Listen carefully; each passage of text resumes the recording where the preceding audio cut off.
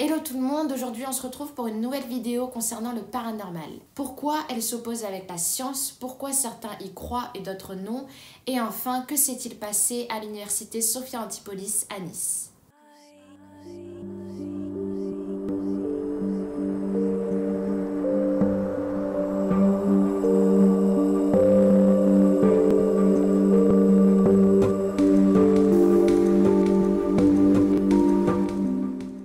Cette vidéo se divise en 3 parties. La première, nous allons voir à quel point les enfants peuvent être sensibles au paranormal. La seconde partie va traiter de pourquoi certains y croient et d'autres non.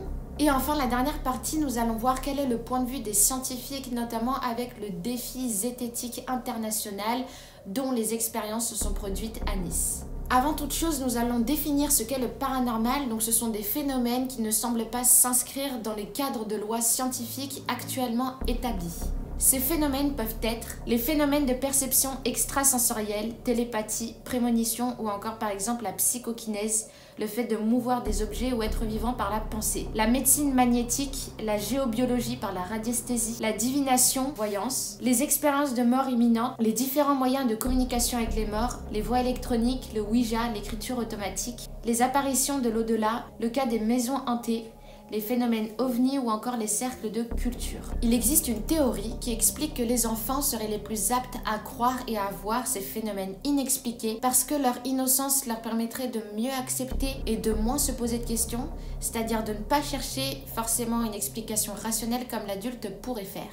Ils sont plus guidés par leur instinct et leur sens. Son degré d'observation est en général supérieur à celui de l'adulte parce qu'il est plus contemplatif de ce qui se passe.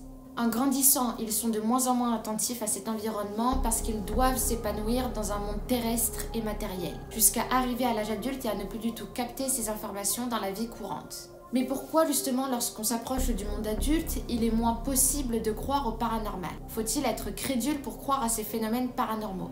La théorie va plus loin en apportant une hypothèse. L'enfance est la période de vie d'un être humain qui est la plus proche de la naissance. L'enfant est encore connecté sensoriellement aux énergies qu'il a pu côtoyer avant sa première ou sa dernière incarnation, ce qui l'amène à voir facilement des choses. C'est pourquoi il est important de ne pas ignorer la réaction des enfants, même si ça paraît injustifié, parce qu'il est possible qu'ils remarquent des choses que vous ne voyez pas. Mais qu'en est-il des adultes qui y croient? Les raisons pour lesquelles un adulte peut croire au paranormal peuvent être variées et assez complexes, mais nous allons essayer de les comprendre ensemble. J'ai divisé les raisons en 3 catégories. La première est le réconfort, la seconde la conviction et la troisième l'obligation. Par rapport au réconfort, l'être humain par sa nature a besoin d'être rassuré et a besoin aussi que les choses ne lui soient pas insaisissables. Il a besoin de tout comprendre pour se sentir en sécurité. Il y a quelque chose qu'il redoute le plus au monde et c'est la mort. Non seulement nous ne savons pas exactement lorsqu'elle nous tombe dessus, mais en plus nous avons une conscience suffisamment puissante pour réaliser notre condition, se rendre compte à quel point c'est une fatalité. Les sentiments et les émotions ne facilitent pas les choses, que ce soit pour soi-même ou ceux qu'on aime. On ne veut pas mourir, même si certaines personnes souhaitent délibérément partir. Se dire qu'il y a quelque chose après la mort rassure, donne de l'espoir et maintient le lien que l'on a avec nos proches disparus. Ce n'est pas une forme de faiblesse, mais ici la croyance sert de guérison et d'acceptation. Ensuite, nous avons la conviction. Cette catégorie de personnes croient fermement au paranormal par le cœur et l'esprit. Ces personnes n'ont pas besoin d'explications rationnelles et scientifiques pour croire. C'est simplement une évidence pour elles que les morts soient parmi les vivants. Que tout être vivant sur Terre est une énergie, qu'une forme de vie ne se limite pas à un corps physique, mais à quelque chose de bien plus subtil, une simple présence. Elles admettent qu'il est réducteur de s'arrêter à ce qui est uniquement palpable. Déjà, rien que dans la vie de tous les jours, nous faisons la distinction entre le matériel et l'immatériel, par exemple un objet dépensé. Tout est fait de dualité et celle-ci est considérée comme l'une des plus fondamentales. La dualité corps-esprit s'apporte des choses indépendamment et se complètent. Et enfin, par obligation, il existe des personnes qui n'ont pas forcément de croyances, qui ne croient pas forcément au paranormal ou qui n'y pensent pas, ou qui en ont peur, ou qui tout simplement s'en fichent, mais qui malheureusement arrivent dans un stade de leur vie où ils vivent une expérience paranormale indésirée. Leurs perceptions et leurs croyances ont été dérangées, perturbées, ils ont été contraints de faire face à des phénomènes paranormaux. Cela leur est tombé dessus sans qu'ils aient rien demandé, par exemple être témoins d'un poltergeist. Il y a aussi des personnes que l'on qualifie de médiums qui ont été choisies pour être l'intermédiaire entre le monde des vivants et le monde des morts. Elles ne l'ont pas choisi non plus, cela leur a été attribué à la naissance et c'est en grandissant qu'elles choisissent de développer cette faculté ou non.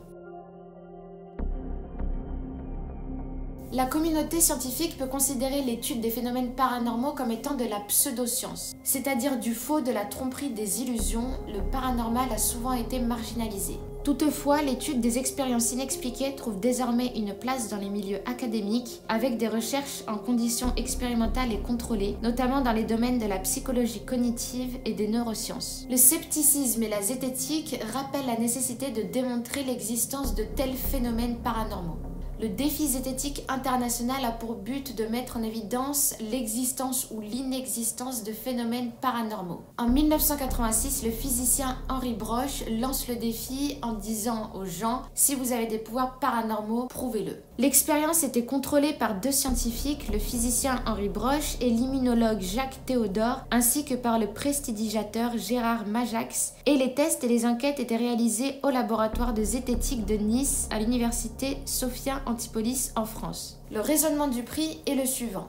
Si vous avez quelque chose à démontrer, c'est à vous de le faire. En février 2002, le défi a été clos car personne n'a pu prouver l'existence de phénomènes paranormaux. Le coût en temps et en énergie de l'expérimentation ont été beaucoup trop importants par rapport au nombre de candidatures fantaisistes. Le laboratoire de zététique de l'université Sophia Antipolis de Nice accueille toujours des participants souhaitant faire des expérimentations pour prouver donc si le paranormal existe, mais uniquement dans le cadre d'une proposition sérieuse, c'est-à-dire revendiquant une action physiquement mesurable. Voilà, c'est la fin de cette vidéo. J'espère que ça vous a plu, que vous avez appris des choses. Cette vidéo n'est en aucun cas pour inciter les gens à croire au paranormal, c'est simplement pour vous exposer les raisons pour lesquelles c'est possible d'y croire. On se retrouve prochainement pour une nouvelle vidéo et je vous souhaite une bonne journée, une belle soirée. Et n'hésitez pas à liker, partager, commenter si ça vous a vraiment plu. Salut!